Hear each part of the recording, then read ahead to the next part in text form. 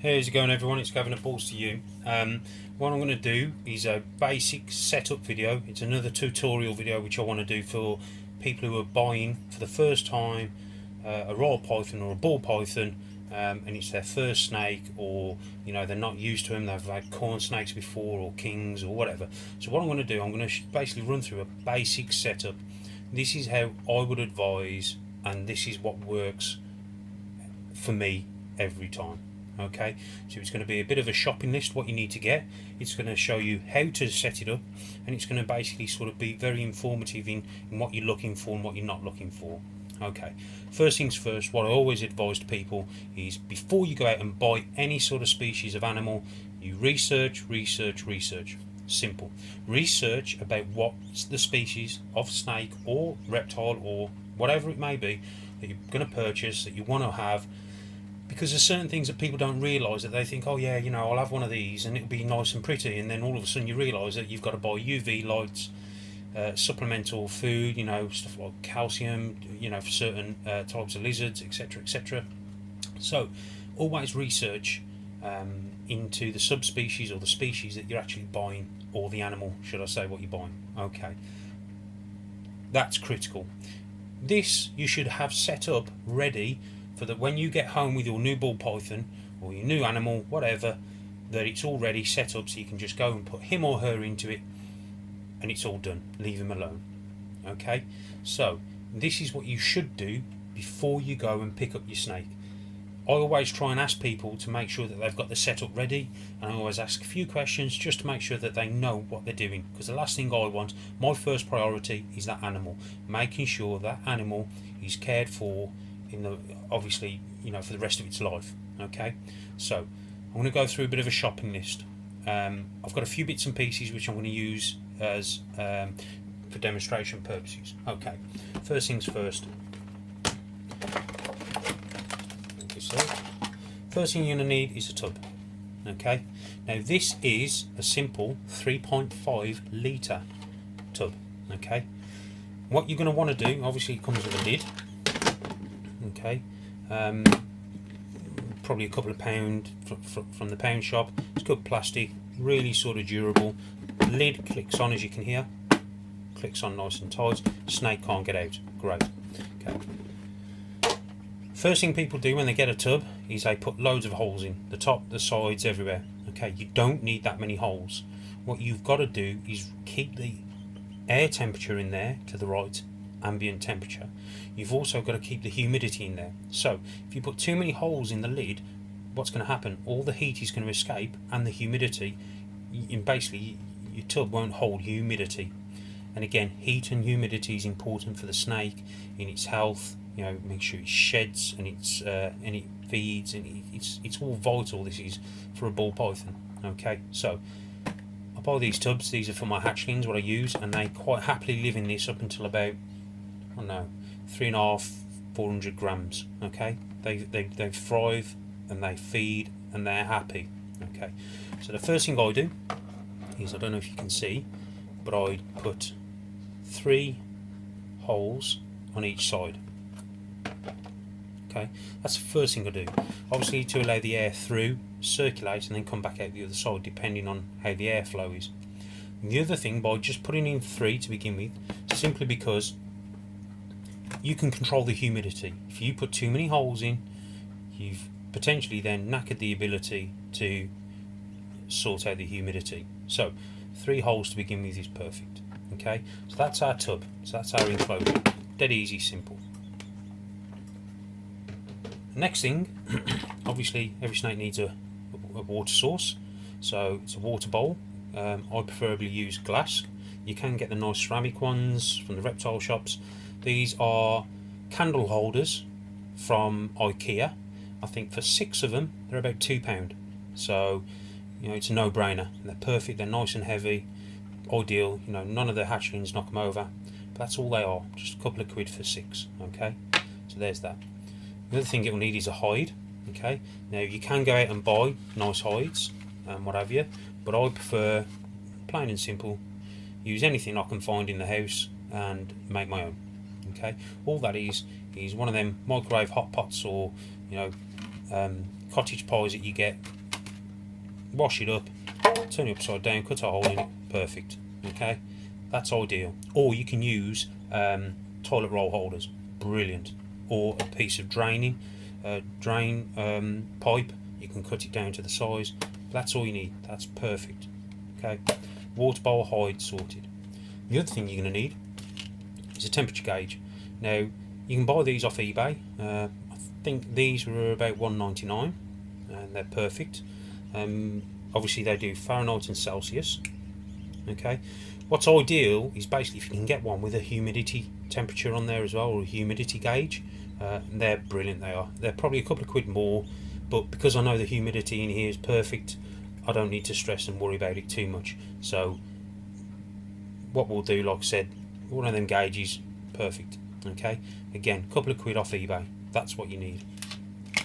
The other thing you'll need is obviously a heat source, which is I use or have shown people. Basically, a little heat mat is perfect. Okay, this is a microclimate one, and it's an 8.5 watt. Okay, again, it's not that big because of the size of the tub that we're using, and obviously it doesn't have to give off that much heat because again the size of the tub, it's not, you know, heating a massive tub, so that works ideal. Last thing you'll need is a thermostat. Okay, I've got this one out just to show. This is a demonstration. This is a dual channel one, but basically all you need is the single channel one, which is sort of like that. Okay, and this controls the temperature that you desire to set it at. Okay, so right, we're going to get set up now, so bear with me, I'll sort all this out and I'll come straight back. Hi everyone, right, just quickly set it all up for you, just to, again, this is demonstration purposes only, but just to try and help you sort of people who are new to the game, just get a general idea how, you know, it should be set up. Okay, as you can see, you know, imagine this is your side, wherever you're going to keep him or her, in your bedroom or somewhere out the way, nice and quiet. Okay, set the thermostat up. So the thermostat's plugged in. Ignore the one channel, we're just going to use this channel for now. Okay, we're going to use channel 1. Just switch that on, turn that up. As you can see, the lights coming on. Okay, heat mat's there. Again, it's set up just for demonstration purposes. Your tub really wants to be just under half. Okay, set on the heat mat, as you can see. All right, what we're going to do, I'll just get the probe. Okay. This is the probe, which is part of the thermostat. This needs to be on a heat source, so it needs to ideally be taped. The way I would sort of recommend is sort of tape that. Just use something, some tape.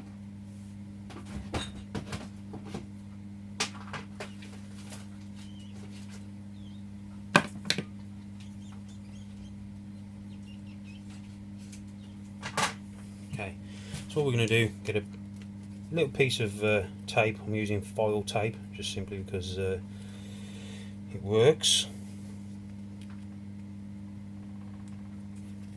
Come on, get the end. I'm not going to edit this, guys. It is what it is. If you see me struggle, it's because I am struggling.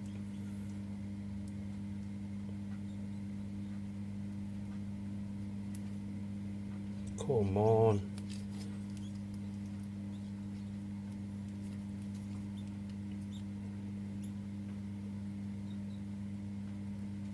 Okay, here we go. About time, Gav. Okay, so what you're going to do, if I just move the tub, you're going to take your probe temperature, or your temperature probe, should I say. You're going to place it on the mat, and you're just going to take that down, a little bit of heat tape, or electrical tape, whatever you've got, just like that. Okay, that then is going to measure the temperature. So when that gets up to the temperature you've set this at, like 30, 32 for example, it's going to switch that mat off. But what it's going to do is it's going to keep that mat at that temperature. Whatever you set it at, it's going to keep it at. Okay, so next thing you'll do is you'll put your substrate into the enclosure or into the tub. I just use paper towel because it's perfect. Okay, I don't advise aspin, but that's up to me. You know, I just don't advise it, so I just use paper towel. Okay, so we set that up like so. The temperature gauge, what we're going to do, again, this will give you a good guidance to what's going on the inside of the tub. So all we're going to do, we're just going to set this up on the hot end, on its hot spot, for example. Just there, like so. Okay, so that's how we're going to have it set up for now. Obviously, bear in mind we haven't got the snake yet, so this is all going to be done a day or two before you pick up the snake. Okay, and as you can see by watching the gauge, basically what we're looking for is we're looking to see where that temperature raises to. Now it needs to be on average on the hot spot around about 32 degrees Celsius or 90 degrees Fahrenheit, depending on what you're working in. Okay, and as you can see, it's slowly starting to raise up. Okay, so all we do, like I said, we run that for a day and we adjust the temperatures to suit. Okay, so imagine now we've had that running for a day. Okay, everything's all set up. Okay, and we've got the temperature smack on, bang on. That's exactly where we want it. We're happy now that the snake is going to be comfortable. The temperature is right on the hot spot, and that's exactly where you want it. Like I said, if you get one with the humidity, you'll be able to control the humidity as well. So again, you'll see the humidity will start to raise. Again, you want it around about 60 to 70%, depending on what type of snake you got. But normally royals, ball pythons, they like that 60 to 70% humidity. So that's all set up, brilliant. And again, I'm going to give it a water bowl. That's going to go in the cool end. Obviously its hide is going to go on its hot spot. If it wants to come off the hot spot, it can come out its hide and obviously sit on top of it, or it can go over onto the cool end, because you've gave it that option of either a hot or a cool end. So this is how I would advise setting up a young ball python for now. Like I said, once it gets a bit bigger, gets more established, obviously you can, you know, put it in a more of a nicer vivarium or something along them lines, and away you go. Like I said, as we can see, the temperature is raising up in there. So once that gets to where it needs to be, that thermostat will shut off. As you can see, it's gone off. Okay, so that probe on the outside is reading 32 degrees. On the inside, it's reading 31. So common sense would tell you just to turn it up a touch. As you can see, the stats come back on. It's going to raise it up a little bit until we get the desired temperature, which is reading on this thermometer. Once it's reading spot on, you haven't got to keep that on there. You can take it out if you want, or if you want to fix it to the lid or anything like that, you can. You know, that's not going to be a problem. But this is a good way of actually measuring the temperature inside the tub. And again, most of the royals, ball pythons, they use belly heat is probably the best thing for them. Okay, so hope that's helpful. Any questions, please, you know, by all means put it on the comments below.